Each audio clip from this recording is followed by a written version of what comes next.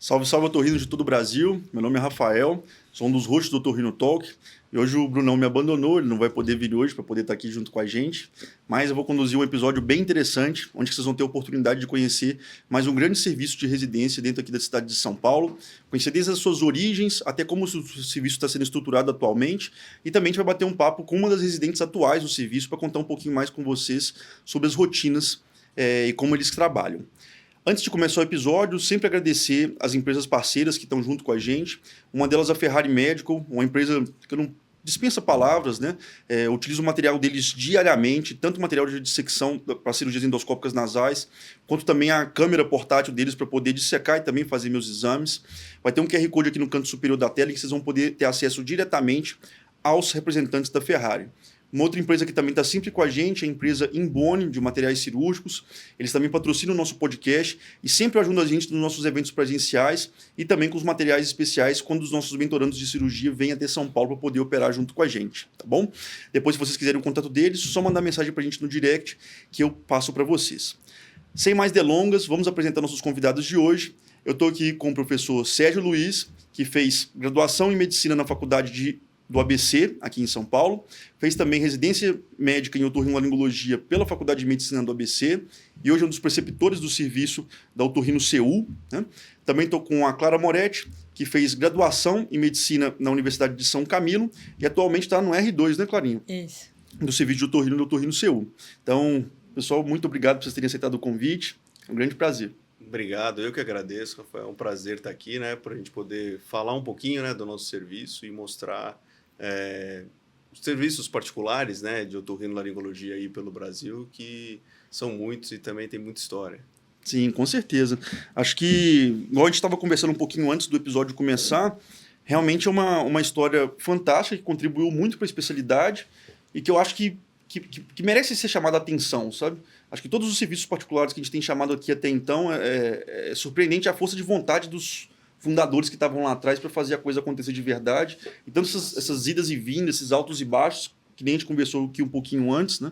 E a perseverança de poder manter isso acontecendo, né? Ah, sim, é tudo na vontade ali, vontade, né? E na coragem, né? De sim. Empreender e de montar um negócio, né? Sim, sem sombra de dúvidas. E como é que foi os primórdios assim, do Otorrino CU, para poder contar para o pessoal? Então, vamos lá. O Otorrino CU surgiu em 1984, né?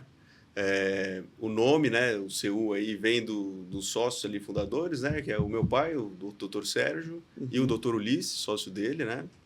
E eles fizeram a residência deles lá atrás, né, na época aí no Hospital Ibirapuera, um R+ do outro, e depois se formaram e meu pai tinha um outro sócio, né, então ele acabou montando o primeiro consultório ali junto com outro sócio, não deu certo, e aí ele reencontrou o Ulisses aí no outro momento e os dois conseguiram casar ali, ficou junto, né?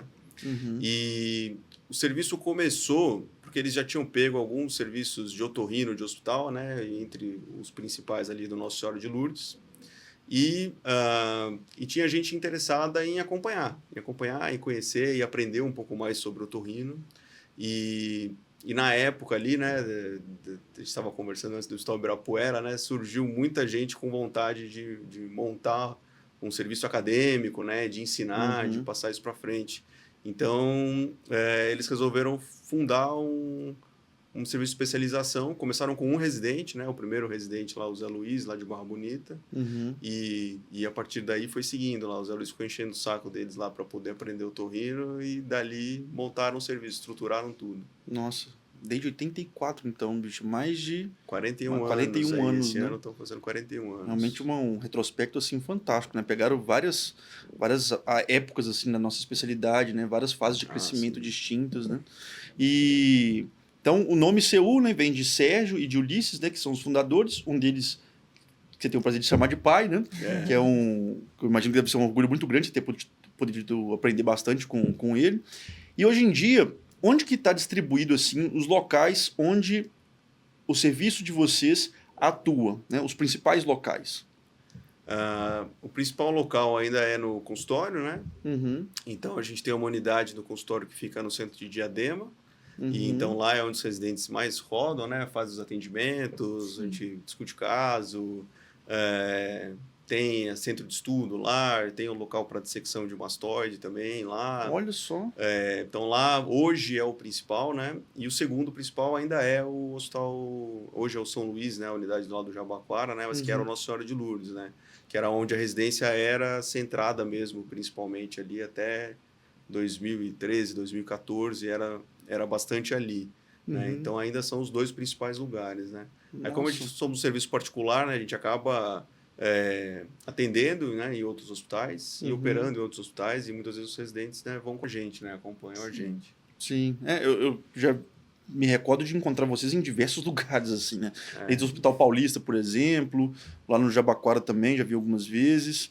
No Morumbi, vez ou outra, eu vejo o Davi lá também. No Star também, de vez em quando eu vejo o Davi, que ele leva alguns pacientes dele para lá. No Capão Redondo, às vezes a gente explora também. Agora tem o Central Sul, O Central né? Sul, né, que é um hospital da rede também.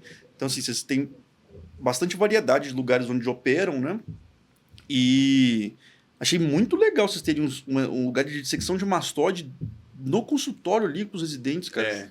A gente tinha... Muito legal. Antes era no Nossa Senhora de Lourdes, né? Nossa Senhora de Lourdes a gente tinha uma sala que tinha um microscópio de parede e a panelinha, né? A panelinha para dissecção. Sim. A gente tem um acordo com o SVO aqui, né? Do HC aqui. Do HC. Então a gente conseguia pegar peça lá. Agora tá bem difícil. Tá bem difícil bem isso, difícil, né? Mas até antes da pandemia ali, a gente conseguia pegar peça de mastoide lá e a gente tem um horário de dissecção lá também. Sim, aos sábados, né? Que a gente se lá no sábado. É. Todo sábado a gente tem horário de dissecção lá também. Então, tem que ter, né? Pra gente poder fazer a prática cirúrgica sem dissecção fica muito complicado, né? Sim. E aí, depois que mudou para a Rede Dora, a gente só transferiu, né? Então, como era tudo nosso, o microscópio de parede era tudo nosso, a gente transferiu tudo para a unidade lá de Diadema. Nossa, realmente é um investimento muito louvável, assim, porque tem que ter muita força de vontade para fazer esse tipo de coisa acontecer, né? Porque é tanta burocracia, tanta coisinha chata, né? E eu pude ver em várias ocasiões, como eu vou muito de sábado lá também, eu já vi você indo lá, já vi seu pai indo lá uma vez com os residentes, eu mesmo vi indo lá. Lembrando que seu pai já deve estar ali próximo dos seus 70, quase. Vai ficar bravo com você, a idade dele. Uns 50. Tá com quase, tá com 60 e... Imagino que ele deve ser quase a idade do professor Márcio Abraão, ele tá com 69. 69, né? Um pouco mais velho que os dois. 56, Ótimo. Então, assim, você vê uma pessoa com essa idade, ainda indo com os residentes lá, né? Isso vai chamar ele. É muito mais do que gostar, né, cara? Ele fica bravo se não chama. Isso é realmente incrível, né? Muito incrível mesmo. O pessoal dessa geração, eles são bem apaixonados, né? É um negócio bem típico deles, né? Sim. Você pega todos eles que eu tive a oportunidade de conhecer, é uma paixão muito grande com o aprendizado, com o ensino, com tudo, né? E quando você começa a entrar, né, nesse meio e tem contato com o residente, ensina e passa, é apaixonante, né? Porque você compartilha ali um pedacinho, né, do seu conhecimento, ganha um pouco de volta, né? Porque eles sempre ensinam alguma coisa pra gente. Sim. E, motiva você, né? Tá sempre atualizado, estudando, participando de congresso, produzindo coisa. Então, eu acho que é um motivador principal aí. Eu acho que dá pra ver bastante nele, no Dr. Ulisses. Os dois, eles gostam muito de estarmos ali perto deles, sabe? Os residentes, de escutar o que eles têm pra dizer e ter essa vontade de aprender, porque acho que motiva muito eles. Acho que o serviço acaba tendo uma energia um pouco melhor quando isso flui. Sim. E é gostoso, é bonito de ver, assim. Acho que é uma troca legal de ter com os dois. E uma coisa que eu pude perceber também com vocês, vocês me parecem muito próximos deles, né? Uma relação de amizade bem interessante mesmo. Todos os que eu já conheci, tanto egressos, como, por exemplo, a Júlia, que ela até fez curso com a gente na época de preparação para a prova de título, quanto outras pessoas que eu já conversei, todo mundo fala assim, nossa, o clima é muito bom, as coisas rodam muito bem, né? A gente respeita muito os chefes, eles têm uma relação de respeito com a gente também, né? E tem oportunidades para todos, né? Assim, todo mundo que eu já conversei, sempre escutei falar muito bem, assim, do relacionamento. Os dois ali tratam quase como filho ali, os residentes, né? Sim. Tanto na hora da bronca, né? Na hora de apertar. Também. Mas também leva aqui, né? Fala, ó, vem cá, vou te ensinar, vamos fazer isso, vamos no SBO, vamos pesquisar, vamos embora, né? De incentivar, né? De motivar. Sim. Então, eles gostam. Eles gostam bem, né? E atualmente, como é que tá o corpo docente, assim, da Otorrino-CU, né? Além dos dois fundadores, como é que tá essa distribuição? Além dos dois, tô eu, né? Uhum. O Dr. Ulisses tem 2 filhos, né? O Dr. Davi e a Thaís, né? Uhum. Que também estão como preceptores. A gente tem a Rita. A Rita foi uma residente dos dois há bastante tempo também, não vou revelar a idade. Uhum. E pela amizade, por gostar também muito da parte acadêmica, acabou ficando como preceptora. Uhum. E todo mundo. Tem a minha esposa, a Lana, que também é otorrino, ela faz só uma pontinha, né? Ela porque ela bastante. também é preceptora lá no ABC, na Faculdade de Medicina do ABC, lá na residência de otorrino lá. Ela acaba dividindo um pouquinho. E aí acaba ficando mais dividida, então com os meninos ela fica pouco, assim, não fica tanto. Uhum. E a gente acabou dividindo, deu certo que a gente conseguiu dividir meio que até as sub-áreas ali, mais ou menos, entre os preceptores, né? Uhum. Então, a Rita faz mais a parte de estômato, né? Tem uma experiência gigantesca ali na parte de estômato. Sim. A Thaís, que entrou logo depois, faz a parte de ouvido, né? De otologia. Eu vou mais na parte de nariz, né? De plástica facial. Uhum. E o Davi agora com a parte de laringe, né? Cabeça e pescoço. Cabeça e né? pescoço, né? Davi, se estiver escutando aí, né? Tive o prazer de ter ele como chefe também lá na Escola Paulista, né? Davi defendeu um doutorado belíssimo, assim, cara. A tese dele foi... Tinha tempo, assim, que você não via uma tese tão parruda igual a tese dele foi, sabe? Tanto que o pessoal foi muito elogiado, assim. Ele é cabeça, assim, né? Sim, o Davi E gosta dessa parte aí. Gosta muito, extremamente didático. É aquele chefe que, pelo menos com a gente lá, assim, cara, ele deixa você fazer tudo à medida que ele vai confiando em você. Assim, ele dá muita autonomia pra gente poder operar. Nossa, isso é muito, muito legal da parte dele.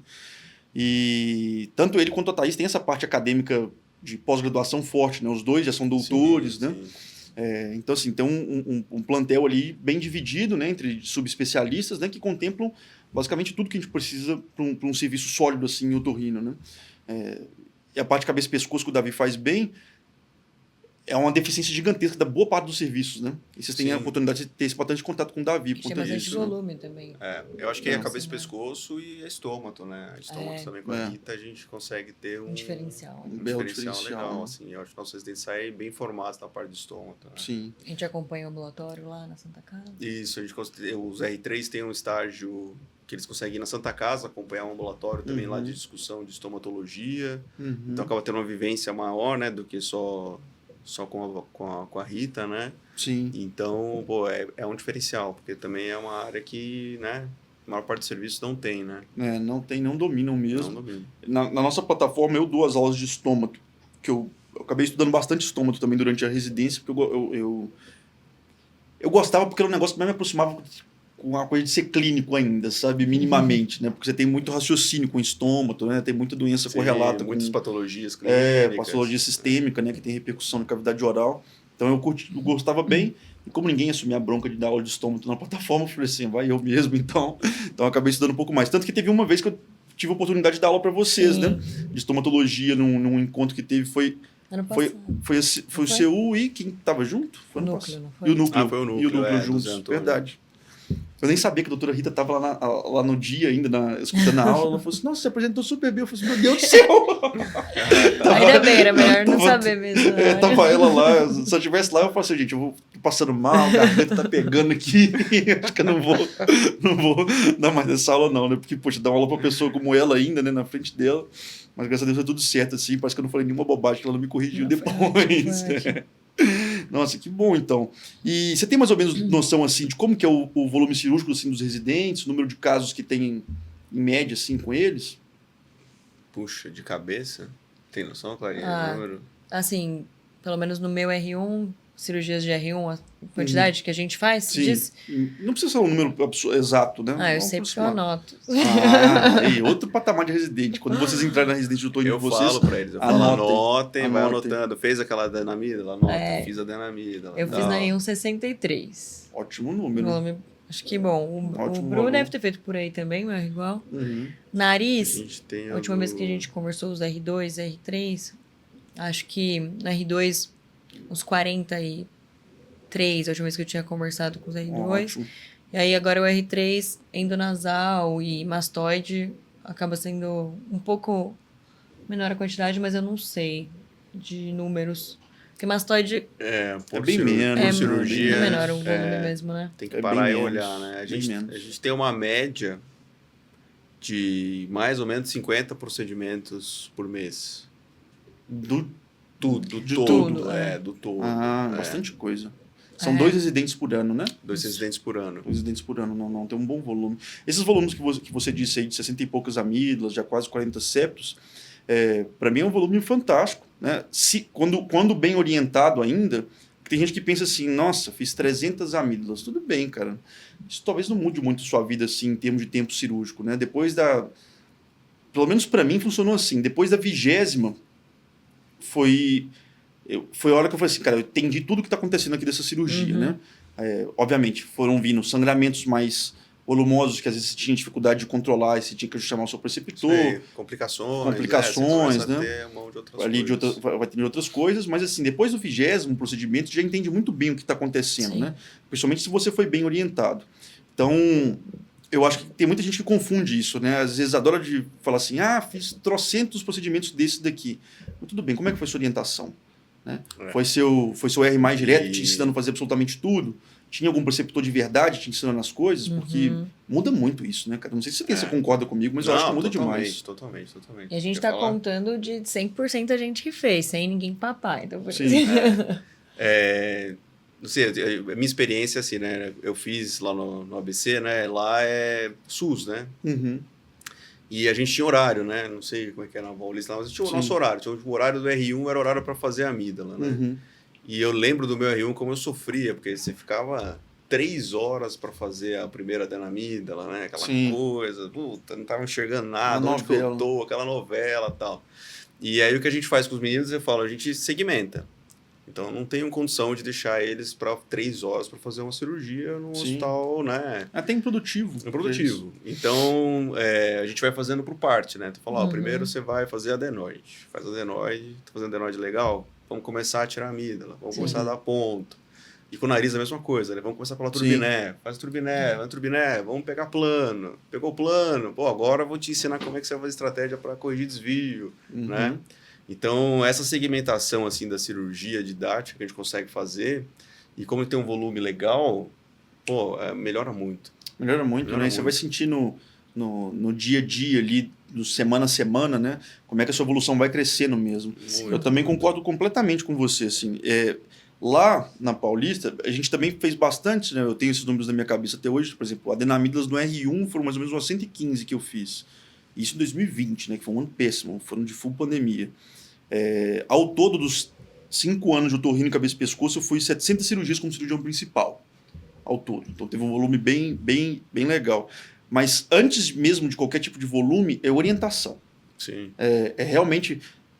o preceptor está lá com você, ele está vendo você dissecar direitinho, está te corrigindo nos mínimos detalhes. Quando eu falo corrigir, é postura. Tem residente quando vai operar fica assim, né? Igual quando tivesse um buraco de tatu, entendeu? Sobe a mesa. Sobe a mesa. Aqui, isso, postura. Assim. Você está operando assim, quando você chegar com 100, você já vai ter uma hernia de disco cervical, entendeu? Então são nuances que se não tiver o preceptor ali, você não vai aprender. E você não precisa de 300 amígdalas para você poder aprender isso. Né? Não. Com volume bom, igual você já falou, tem. 20 amígdalas, a cirurgia em si já aprenderam, né? Sim. E toda a cirurgia, a gente tem preceptor junto, toda a cirurgia, né? Então, isso é muito bom. E é bom que tem meia dúzia, cada um tem suas manias. Você vai compilando o seu aprendizado, né? Isso é muito importante. Você trabalha mais com ele como que é mesmo que ele gosta. Então, isso é um detalhe muito importante. Quando você começar a sua residência aí, lembre, Não importa o jeito que você gosta de fazer, o jeito que o seu chefe gosta de fazer. E não importa o jeito que o outro chefe faça. Se você tentar falar o jeito do outro chefe, você vai caçar problema para você. Então, siga as regras do jogo. Siga as regras do jogo. Siga a regra do chefe jogo. que tá no dia, segue ali direitinho. Isso. Depois, né, eu falo para eles, vão se formar, vai operar certo do jeito que você quiser, né? Vai achar um plano aqui, ali, sei lá o quê, mas tá com a gente... Sim, vamos seguir as rotinas. Segue né? a rotina. Não, ótimo. Então, assim, deu para perceber que já é um serviço de profundidade histórica, né? Assim, tem tempo de rodagem, 41 anos é muito tempo, né? Muito tempo. Estruturação de corpo docente, tem uma boa estruturação de corpo docente, contemplando basicamente todas as áreas aí da nossa especialidade. Um bom fluxo cirúrgico para os residentes, né? Dissecção, muito importante dissecção, tá? Igual eu falei no último episódio nosso, para mim é nítido a diferença. Essa é uma cirurgia que não tem dissecção e essa daqui é uma residência que tem dissecção.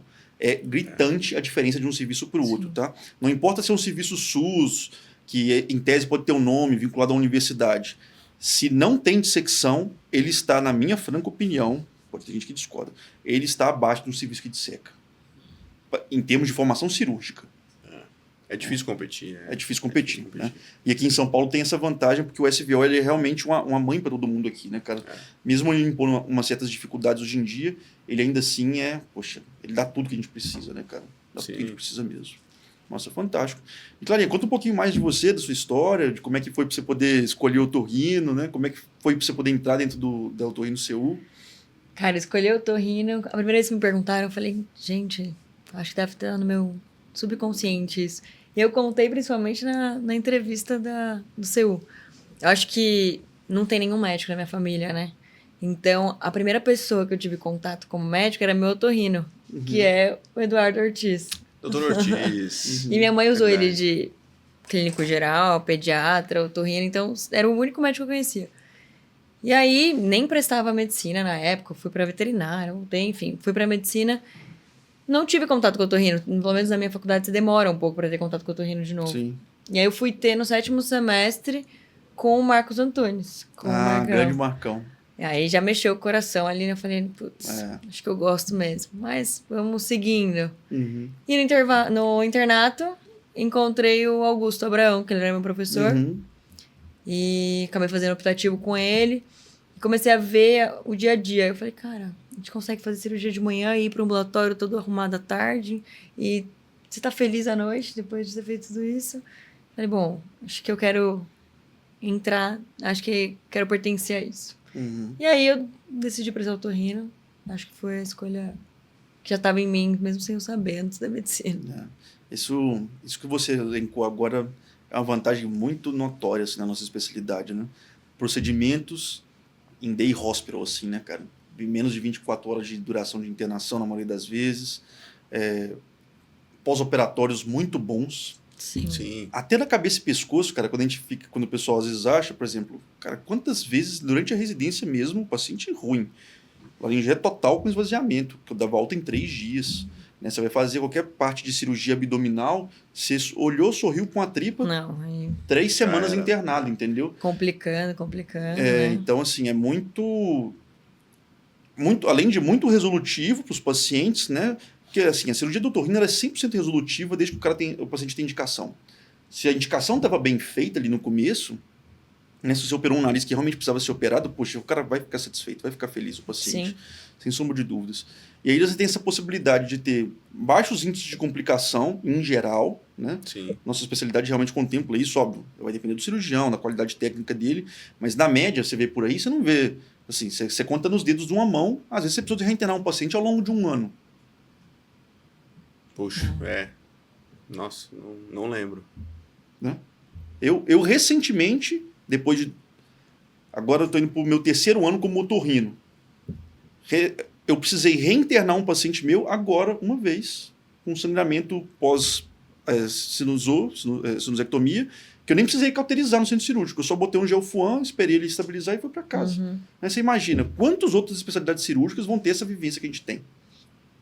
Raras, né, cara? Não, é muito boa, É por isso que todo mundo É que a gente acaba vendo muito, né, no processo seletivo, tudo. Sim.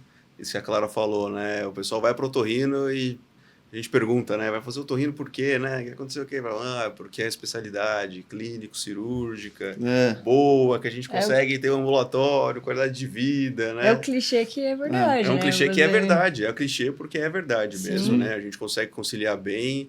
A gente consegue hoje ter consultório, que eu consigo ir para casa, almoçar praticamente quase todo dia com a família, né? E é qualidade de vida mesmo, né? Você consegue ter tempo para tudo, né? Sim. E eu acho que é muito importante isso, da gente encontrar pessoas formadas há mais tempo e a gente vê o quanto elas são realizadas. Eu acho que na otorrino existe muita gente realizada na sua especialidade, que você não encontra em todas, né? É bem romântico essa forma de pensar, mas eu acredito que a maioria das pessoas que a gente mas tem que troca. pensar e tem que olhar lá para frente. Sim. Eu, na faculdade, eu queria fazer cirurgia geral, porque eu sempre gostei muito de procedimento. E eu desisti no meu internato por conta de ver isso, de ver os cirurgiões gerais. Eu olhava todo mundo ali na faculdade e falava, meu, parecia todo mundo infeliz. Exatamente. Rotinas malucas, plantão e cirurgia, e sem dormir, não sei o quê. E aí, eu olhando o otorrino, eu tinha um exemplo em casa já do meu pai, que já estava ali, né? Vai fazer cirurgia mesmo? Que não gostava quase nada, que não gosta nada. E aí, eu vi a rotina da otorrino lá do ABC e falei, cara, todo mundo feliz lá na residência, no SUS, tá todo mundo feliz e tal. Outra pegada mesmo, cara. Eu falei, sem chance, né? Vamos fazer otorrino. Verdade. E como é que foi para você poder conhecer o processo seletivo como um todo, assim? Você foi alguém te indicando? Aí você foi lá para poder prestar a prova? Como é que foi a prova?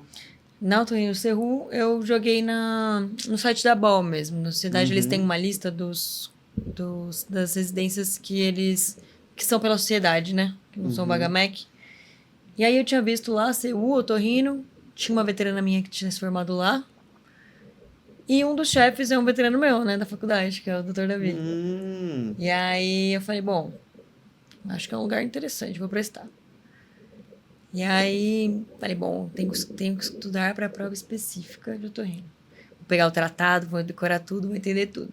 Eu peguei o tratado e falei, não entendi, vamos dar um passo para trás. Comecei a pegar as anotações da faculdade mesmo. Os seminários do HC me ajudaram bastante. São muito bons mesmo. Para ser mais palpável, eu acho. E para dar uma visão geral do que eu precisava, acho que saber para minimamente fazer uma boa prova, fisiologia, anatomia e umas patologias básicas ali das grandes áreas. E depois eu voltei pro tratado. Aí eu li uns capítulos de fisiologia da audição, nasal, fisiologia nasal.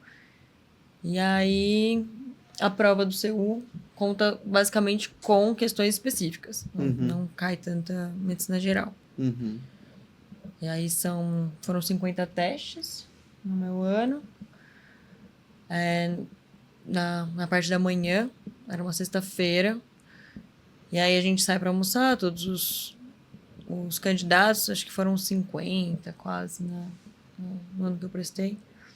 Não, foi tudo isso não. Você acha que foi menos? 40? Acho que tinha uns 40. Menos, claro. Não sei. Geralmente é que você tem 2 anos, né? Acho que foram uns 25 a 30, vai. Tá. Na minha cabeça tinha mais. É que estava mais tensa também, né? Do momento, né? E aí, na parte depois do almoço a gente retorna. Aí os 10 primeiros são convocados para a segunda fase e terceira, né? Por aí. E aí bate bastante currículo. Acaba na segunda fase, eles chamam candidato por candidato. A mesa é composta pelos preceptores. Entrevista. Que é a entrevista. E aí eles conversam e debatem seu currículo também. Então você precisa saber o que tem ali no seu currículo. Você precisa ter realmente feito tudo aquilo, sabe? Não é uma coisa tão... Não é aquela coisa passiva de checklist, não. Exato, né? Eles vão te apertar um pouquinho. Não, eles perguntam do trabalho. Análise curricular, né? Exato, te questionam. Então não dá pra você só colocar seu nominho ali, não. Sim. E aí, a terceira fase, que é como se fosse uma dinâmica estilo PBL, assim. Divide em 3 grupos, com caso clínico. No meu ano era um caso de otite externa. Não lembro, talvez. E aí, nós, candidatos, a gente discute entre si. Então, eles estão avaliando já isso, postura, acho que... Postura de equipe, né? conversa, a gente apresenta o caso para os chefes depois, responde umas perguntas que tem no caso e eles questionam bastante a gente também de coisas que eles não colocaram no caso, mas que para ver o que a gente tem de diferente também, né? O que a gente pode somar ali. E aí, segunda-feira já começava a residência. Nossa, já no dia seguinte já começava, já? Você já sabia o resultado no dia já?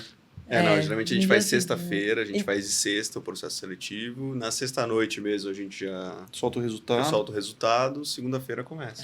Olha só que maravilha, gente. Vocês não têm nem ansiedade de saber de um dia para o outro se vai dar certo, né? Você já vai saber no mesmo dia, cara. Exato. Fantástico, fantástico. E parabéns, viu, pelo processo seletivo. Acho que poucos eu vi tão completos assim, porque pega múltipla escolha, análise curricular e dinâmica de grupo para ver como é que a pessoa interage, né? Se ela não é uma pessoa totalmente travada, né? Nossa, muito legal mesmo. Eu não tinha visto nenhum até agora dos que eu já entrevistei / conversei que chegava nesse nível de detalhe, para ser bem sincero. Então a dinâmica de grupo foi uma ideia muito legal que para mim mudou, assim, né? Porque a parte de o processo seletivo ali é muito ingrato, né? Porque você tem a prova, tem a parte justa do mérito ali, de estudar tudo, né? Mas depois a parte da entrevista, é muito difícil, né? Você diferenciar ali um candidato com outro para uma entrevista, assim, né? O pessoal já vem bem treinado, a gente consegue pegar alguma coisa, mas é difícil. Você vai entrevistar 10, 12 pessoas, pô, não é tão fácil selecionar. E aí a dinâmica de grupo entra muito bem, né? Porque aí você consegue ver o raciocínio clínico, a gente consegue analisar o raciocínio clínico, o trabalho em grupo, quem tem a postura ali para apresentar o caso. E aí tem candidato que um tenta sacanear o outro. E então dá para vocês verem, né? Vocês estão com o olho de... E a gente está junto na sala, né? Então essa dinâmica rola com a gente dentro da sala, andando em volta da mesa, cara, ali, vendo. Interessante, bicho. Então, para mim, isso deu uma mudada assim, no processo seletivo para melhor, assim, muito, né? Que legal, cara. A gente consegue selecionar pessoas bacanas, né? E consegue melhorar o nível ali da residência, né? Nossa, sem sombra de dúvidas. Nossa, muito legal mesmo. Parabéns, viu, pela iniciativa. Foi a primeira vez que eu vi um processo seletivo que eu julgue tão completo dessa forma, sabe? E o que vocês mais olham ali no currículo do candidato? Assim, o que para vocês são pontos que você fala assim, nossa, isso aqui eu olho com muito bons olhos, né? Que realmente chama a atenção ali que o candidato tenha para vocês, para poder entrar no serviço de vocês? A gente gosta quando tem alguma coisa para nossa área de otorrino, né?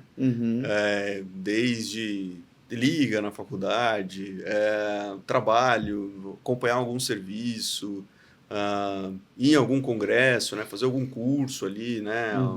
Ter alguma coisa que remeta para nossa área de otorrino, tá?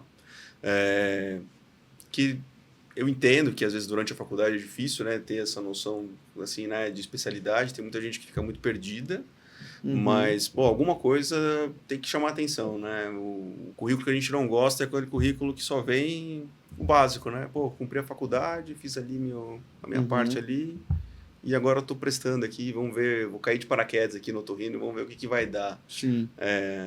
Não, então tem que ter alguma coisa, né? Tem que ter algum trabalho, participou de algum curso, fez alguma coisa extra ali que chama mais atenção para nós. Não, ótimo. Realmente, eu acho que vai de encontro com quase todos os outros entrevistados que a gente teve, né? Dos outros serviços.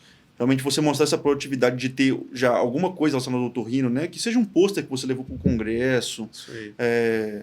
Que aí eu acho que, ainda mais se você levou como primeiro autor ainda, acho que chama mais atenção ainda, né? Um fator bem mais positivo, assim, pra gente.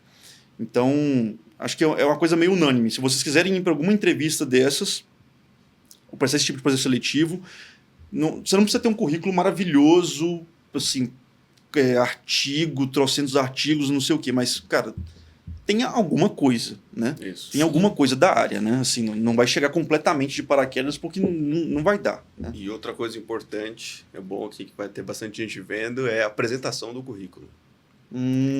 Todo ano a gente faz uma aposta lá que alguém vai trazer o currículo numa folha de sulfite. E todo ano entre os candidatos chega alguém com uma folha de sulfite com meia dúzia de coisa escrita. Que não tem cabimento. Pessoa dando um cartão de visita dela desse jeito, né? É muito desleixo, né? Também. Desrespeito e desleixo, né? Com certeza. Então, mais uma dica aí super importante, né? A apresentação é muito relevante também. Nossa, bem interessante. Acho que deu para elucidar muita coisa aí do pessoal. E depois, claro, assim, depois que vocês entram, você consegue separar ali funções muito específicas ali do R1, funções muito específicas do R2, do R3? Vocês têm essa distinção grande assim dentro do serviço? A gente tenta se organizar ao máximo, porque a gente separa bastante nossas semanas como cirúrgico e sobreaviso. Então, ficam 3 de cirúrgico, 3 de sobreaviso, né? Para equilibrar bem. Um R1, R2 e R3. Os R1s, eles são responsáveis pelas altas dos pacientes, pelas primeiras avaliações. Então, a primeira avaliação de um sobreaviso, eles que chegam primeiro, arrumar a sala, um centro cirúrgico e acompanhar bastante o ambulatório dos chefes, né? Todos. E as cirurgias que, acho que é meio que igual em todos os serviços, né? Que é adenoide, amígdala e tubinho. Em abscesso, né? E abscessos. E aí o R2 cuida do R1 por um bom período. Depois eles andam com as próprias pernas. E a gente fica bastante com o ambulatório. A gente começa a ter um ambulatório nosso, um horário, a nossa agenda.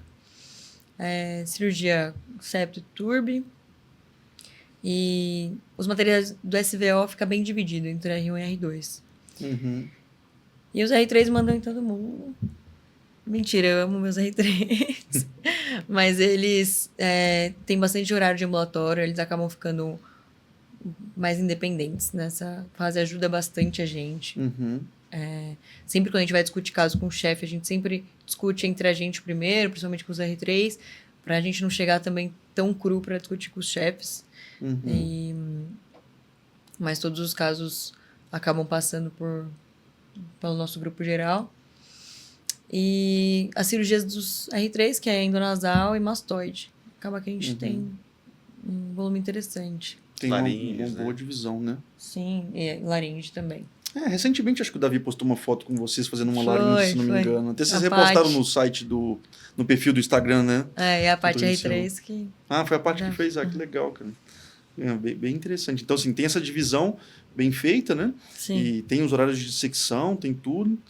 Bom, acho que a gente conseguiu contemplar quase tudo, assim, né? Tem algum recado que vocês gostariam de deixar para as pessoas que têm vontade, assim, de prestar o serviço de vocês? Se preparem, estudem, né? Ainda mais agora, né? Que a gente deu todas as dicas aqui, né? Sim. Eu espero que o pessoal venha bem preparado, com vontade, né? E é isso, nosso serviço está de portas abertas, né? A gente fica muito feliz de poder estar participando, de poder, né, abrir mais espaço para o serviço particular, né? E a gente gosta muito do que a gente faz, então para a gente é um prazer ali, a gente dedica o nosso tempo para isso. Sim. Nossa, então, para vocês que estão aí de casa, que escutaram isso, uma outra coisa muito importante que eu gosto bastante de frisar para vocês é o seguinte, vejam a situação da Clara, que veio aqui participar da entrevista junto com a gente, né? Ela é médica e não tem nenhum outro médico na família dela, né? E por consequência também nenhum otorrino na família dela. Então, assim, não vão para essas provas de instituições privadas achando que as coisas são como nos jogos de cartas marcadas, como já existiu há décadas e décadas atrás. Hoje em dia, os processos têm uma lisura muito maior, né? Eles são infinitamente mais justos. Olha esse nível de processo seletivo que vocês viram aqui. Prova objetiva, apresentação de currículo, mais dinâmica de grupo, né? Ou seja, então o processo tem muito mais lisura, né? Igual no Instituto Filipe, quando a gente entrevistou aqui também, a candidata que entrou, né, que estava aqui junto entrevistando com a gente, a Kiara, também a mesma coisa, nenhum familiar médico, primeira médica da família. Então, assim, não se sintam intimidados por isso, tá certo? De forma alguma, porque eles querem captar justamente talentos que podem ser, no caso, você, como foi o caso da Clara também, tá bom? Acho que esse é um recado bem importante, tá certo? Então, espero que vocês tenham gostado verdadeiramente do episódio. Para mim foi um prazer poder mostrar para vocês um pouco mais sobre um serviço de mais de 40 anos de existência dentro do Brasil e que é reconhecido pela Sociedade Brasileira de Otorrino. Isso é muito importante frisar isso. Para vocês que não estão de casa ainda não sabem, o que significa isso? Significa que após os seus 3 anos de residência, você pode automaticamente prestar a prova de título e adquirir o seu RQE. Tá? Se o serviço não é reconhecido pela sociedade brasileira, você tem que trabalhar, salvo engano, 5 ou 6 anos comprovando isso, para só depois você poder prestar a prova de título. Ou seja, não são serviços que a sociedade vê com bons olhos e nem vê de forma séria. Aqui a gente está mostrando só serviços sérios que têm esse nível de reconhecimento. Tá bom? Então espero que vocês tenham gostado. Um forte abraço e até a próxima.